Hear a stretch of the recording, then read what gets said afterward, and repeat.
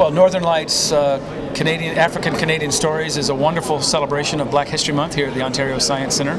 Obviously, Black History Month is a time of year where not only the history of the African Canadian experience can be celebrated, but some of the amazing accomplishments of individuals. The past is very much important to how we live and play and work today.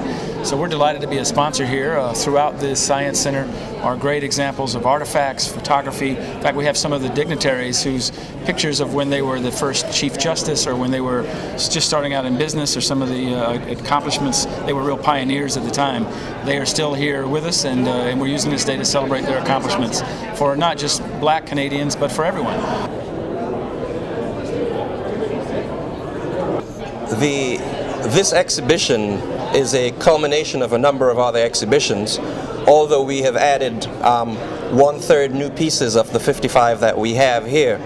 I began curating in the late 1980s when I was a PhD student at the University of Toronto, and I had the opportunity to start moving around the community and really dealing with individuals from a different perspective.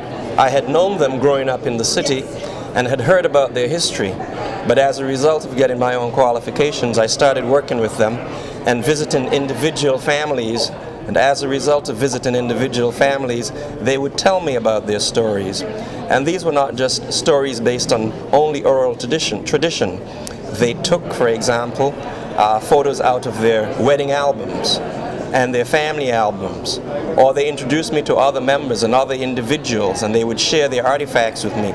They took me into their churches, and I learned quite a lot about the history, and it was pretty important for me, especially I was not born in this country, although I grew up in this country, but from an immigrant perspective, to learn that there were those individuals who had secured so much of the Black presence in Canada that made life easier for those of my generation, you know, creating those bridges. So as a result of collecting the material, the first exhibition was called 400 Years African Canadian History. Down the road, we also did a larger exhibition in Hull, Quebec at the Museum of Civilization that Brian Mulrooney opened. And subsequent to that, there were a number of small exhibitions, including Many Rivers to Cross, the Toronto Journey from last year, and now Northern Lights African Canadian Stories. Take it away. I'm Freeman Redmond. This is my father, Nathaniel Redmond, and this was his business in 1937. If you look close, I'm 12 years old in this house, the house I was born and raised in. This house is still existing. It's on 122 Belgravia Avenue in the township, was the township of York. It's around Oakwood and Eglinton. What was the business for you? The business was called Redmond Haulage.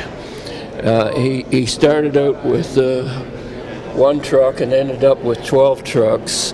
He delivered building supplies, mostly concrete blocks and concrete and bricks. And we had a very, very good life. My father was a very hard-working man and provided for us. Well, with regards to Freeman Redmond, I met him 2 years ago as a result of a research institute in Scarborough putting us together. They knew that I was attempting to find out more about an image dealing with the Black Cross nurses, which Freeman's mom was part of. The Black Cross Nurses, of course, was an organization that predated Black women being able to go to nurses' schools in Ontario for that matter. So Freeman's mom was a part of that, and I had the photo, and as a result of that we got together, and he was able to pinpoint for me a number of important and salient pieces, not just of the history where the photos were concerned, but also generally speaking. He told me more about his family, his father who was an entrepreneur.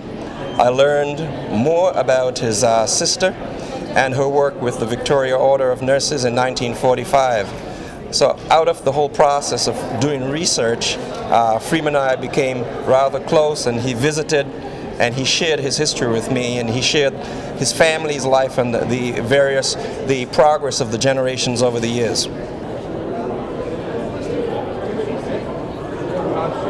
Diversity is very, very important to Toronto, very, very important to how we celebrate this city. The African-Canadian component of that diversity is equally important, and this gives us a month to celebrate, to focus, and to bring attention to it. We invite everyone to come out to the Science Center for the month of February and see some of these amazing artifacts and some of the examples of history that was not just talked about, but was lived.